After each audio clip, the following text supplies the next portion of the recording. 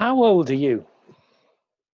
When I was 7 years old, I saw someone do this, what I'm about to do here on telly. He was a fellow called Bob Godfrey, and he used to make these little films about a dog called Rhubarb. I loved those films. I just loved cartoons. And he drew a cartoon face on telly in front of us. And I thought, ooh, I could have a go at that. So I thought, I'll give it a go. And I did.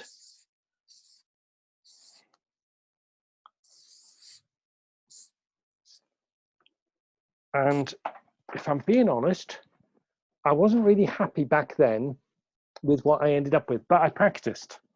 I did lots and lots of practicing. I thought about what eyes look like, and I looked a lot at my own face in mirrors. And over time, I got to where I'm at now, where I sometimes quite like what I end up with. And I love doing it. And I do it all the time. I draw cartoons all the time. Some years back, I drew this picture of a school assembly.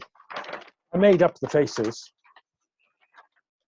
Don't know if you can see that, but I just imagined lots and lots of different faces. And often these days, if you've seen me in school, you might have seen I sometimes carry an important and official notebook with me. And when I'm in meetings, people think I'm taking notes of the meeting. I'm not always. If it's really boring, sometimes I'm doodling. So lockdown, this is a time when you're stuck inside a lot of the time. This might just be a good time to have a little go for yourself.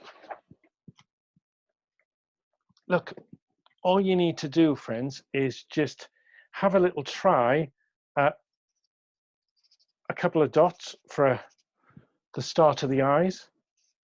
Put some brows on. They give a bit of expression. Enjoy the sweep of your nose and see what sort of a mouth you end up with. And once you start doing that, you find yourself trying out all sorts of different shapes of nose, and you start adding a bit of hair occasionally.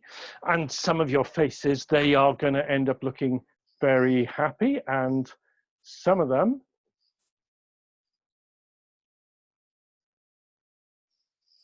might end up looking not quite so happy. Half the fun is in trying out all these different expressions. Sometimes I like to just try putting any couple of lines on and seeing what sort of expression I'm sort of ending up with. Know what I mean? You've got the time.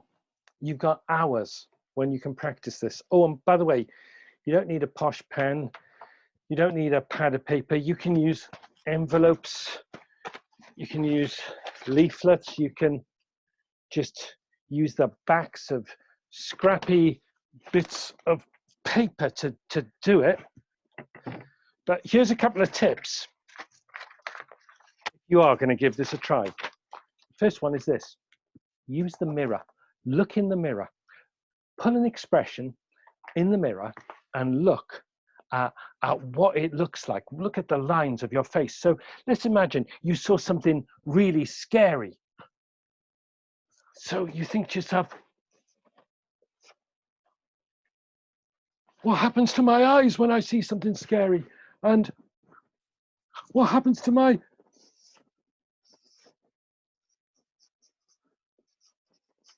mouth when I see something really scary?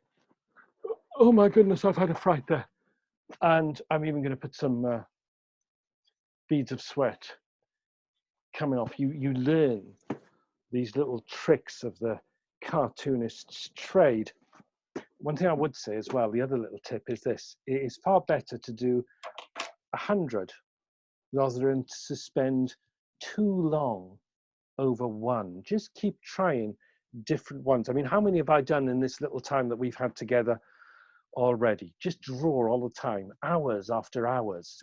Who knows? When you're my age, you might even be, you know, doing it in meetings, but don't tell anybody you got the idea here.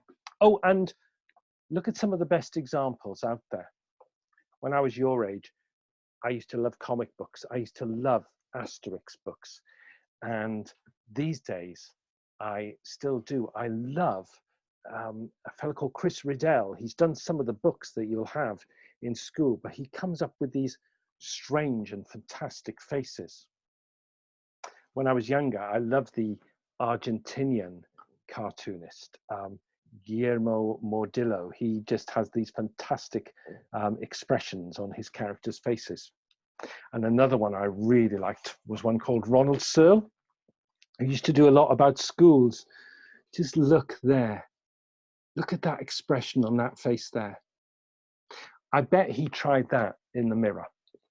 Oh, and of course, I have to mention Peanuts. I have to mention Charlie Brown and Snoopy. This is my collection of them. Snoopy's wonderful expressions, especially for Mrs. Herding up there in Hemingfield. But just take a look at some of the best examples and then practice and practice and practice. Spend hours practicing. Okay? But yes, hang on. We're meant to be doing assembly, aren't we? We're meant to be doing collective worship. That's when we think about God and things to do with God. So, right, what's this got to do with that? Well, two things. Firstly, one thing you learn when you're doing this stuff is there is no such thing as an ugly face. A good cartoonist sees expression and beauty in every nose, in every mouth, in every physog. Every face has an interest in beauty, and you'll learn that as this sort of thing attunes you to looking at faces. But secondly, it is the Easter season, and the Christian church is still saying Jesus is alive. And we're remembering that after he died, his followers spent days and days seeing him, seeing his face, mysteriously. We don't know how, but they clocked it was him, really with them.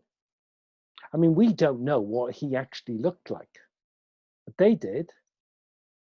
And they knew he was somehow back with them. And through seeing him, they saw that God is with us, that the hope of God does not die. They saw the glory of God in the face of their friend. I think God wants us to see some of the things of God, some of the things that matter most in life through seeing one another. No one has ever seen God. But when we love each other, when we care for each other, when we look out for each other, and when we look after each other, no one has ever seen God, but those things, they're the next best things. So think of the faces that you're going to draw, but also think of the faces you know. And as you're doing that, ask yourself, at this time, what could you do to put a smile on somebody's face? Keep practicing. I look forward to seeing your cartoons when I'm visiting you in school again. At some point as well, we will get faces moving, but that's another thing for another time. For now, God bless.